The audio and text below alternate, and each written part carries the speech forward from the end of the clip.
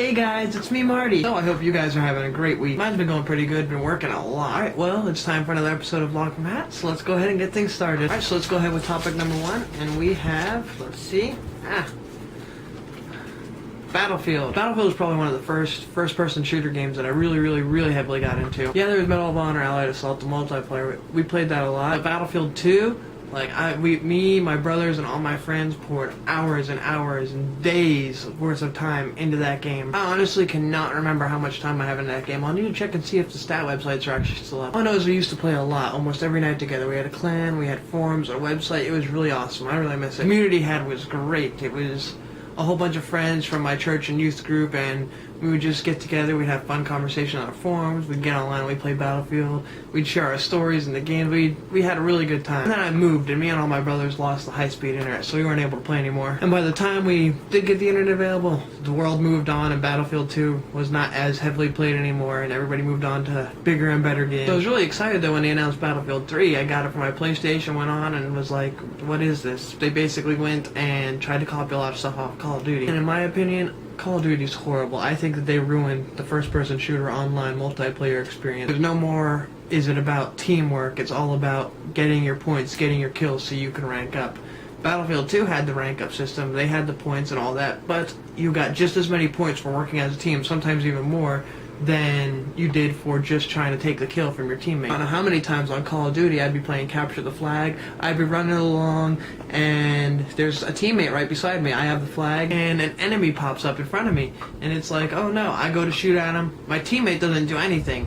As soon as I drop and the kill cam is still, you see the guy get killed, the guy that killed me get killed, my friend pick up the flag and go on just so he can get the point. I'm like, what's the point of these team games if we're not even going to work as a team, if you're just there to steal points from other players? Like, that has happened countless times to me, and it drove me nuts. So when I went to Battlefield 3, I was excited because, yay, everybody will be working as a team again, but not so much. It was mostly just a bunch of Call of Duty players going over and trying to play the game like Call of Duty. That, and they changed a lot of stuff, like they changed the way that the health was, they made that more like Call of Duty, and then they changed a lot of other things. I cannot remember what, because it's been a while. I played it like 2 or 3 times, but I was like, no, I'm done. I just played the single player and that was it. And then Battlefield 4 came out, and I'm really happy. They went back more to their Battlefield 2 roots, the way that it used to be, and a lot of the players have figured out that we don't play this game like we play Call of Duty. This one's a lot more complicated and team-oriented, which I think is cool. I love team-based games. They are great. One of my favorite ones is Left 4 Dead. I love the fact that all 4 of you have to work as a team, or everybody's going to lose, or you'll have a lot harder time. If you run off by yourself, 9 chances out of 10,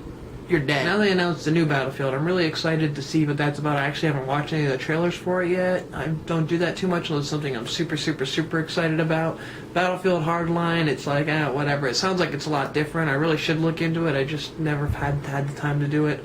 So maybe I'll do that later. But it sounds interesting, so I'm definitely going to check it out, probably play it, because most of these normally, at least in my opinion, have pretty decent storylines for the single player. Some of them do, some of them don't. Call of Duty, that's the one thing I like. Their single player campaigns are actually pretty cool. I normally get their games just to play the single player campaign. Alright, well, I guess that's all for the Battlefield topic. Some questions for you guys. Have you guys played any of the games in the Battlefield series? If so, which ones? And what one was your favorite? Did you like 1942, Vietnam, Battlefield 2, 2142, Battlefield 3, Battlefield 4, and then there's the expansions in there. I know Special Forces people sometimes count as a standalone game, even though you need Battlefield 2 to play it, but still, Special Forces was really awesome.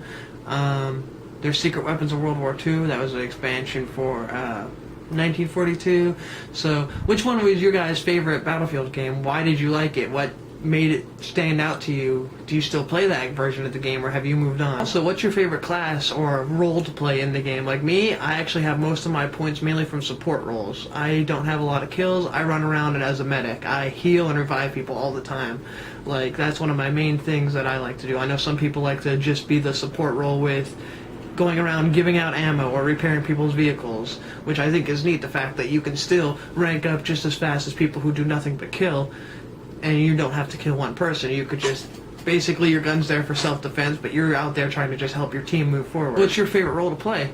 Do you guys enjoy doing something like that? Or are you just a hardcore going out there and I'm killing everybody I see who cares about support type person? Alright, well I guess I'm gonna go on and we're gonna pick out another topic. Alright, let's see what we got next. And we have Batman and Iron Man. Are they superheroes or not? I know that this is, I guess, a big debate in the superhero community. And honestly, I never actually even thought of this question until it was asked to me to put into the hat. I'm still not quite sure how to answer it because I know all comes down to a point of view, and like I said, I never really thought about it. I mean, they do superhero things and stuff. Like, I know, at least with Batman, if you were to take away all of his gadgets and all that kind of stuff, he still has the fighting ability. Like, that's in him. Tony Stark, though, for Iron Man, I'm not sure how well he'd fare without his Iron Man suit. I mean, he seems to depend on it. I think that there have been times where he was able to defend himself and kick butt without his suit, but I don't think he would be anywhere near as powerful without his suit. Unlike Batman, who, like I said, without his suit, I think he could still do pretty well. I mean, he won't be able to move around as fast, but he'd still be able to kick some butt pretty easily, I would think. And when you think about it, how do you even define what a superhero is? One thing I've always wondered, what's the difference between a hero and a superhero? On one hand, you have hero, which that term seems to apply more to people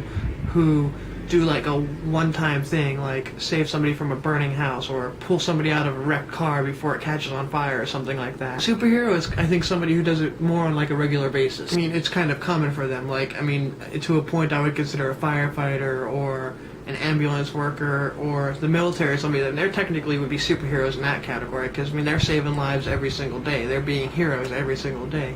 And isn't that what makes somebody a superhero? Like, it's their job to be a hero. So yeah, I mean, I guess when it comes down to it, I would say, yeah, both Batman and Iron Man are both superheroes, because I mean it's basically their job every single day when they're going out and fighting crime and stuff like that to save people, to help people.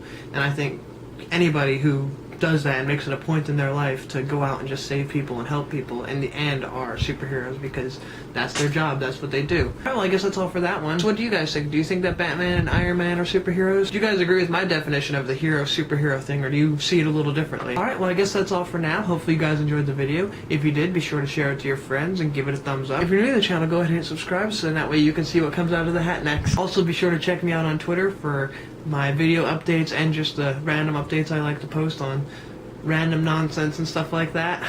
Also, if you have any topics that you'd like me to put in the hat, go ahead and put them in the comment section below and I'll gladly add them. Alright, till next time, you guys have a wonderful week and I will see you then. Thanks for watching. Bye.